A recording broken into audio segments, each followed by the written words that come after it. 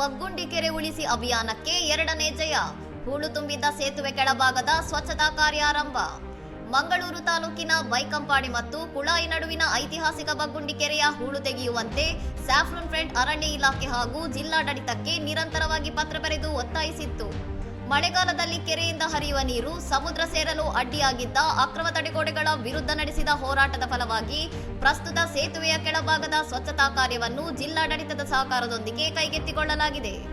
ಇದಕ್ಕೂ ಮೊದಲು ಸ್ಯಾಫ್ರನ್ ಫ್ರಂಟ್ನ ಮನವಿಗೆ ಸ್ಪಂದಿಸಿದ್ದ ಜಿಲ್ಲಾ ಉಸ್ತುವಾರಿ ಸಚಿವ ದಿನೇಶ್ ಗುಂಡೂರಾವ್ ಅವರು ಕೆರೆ ಪುನಶ್ಚೇತನಕ್ಕೆ ಸೂಚನೆ ನೀಡಿದ್ದು ಈ ಅಭಿಯಾನದ ಮೊದಲ ಜಯವಾಗಿತ್ತು.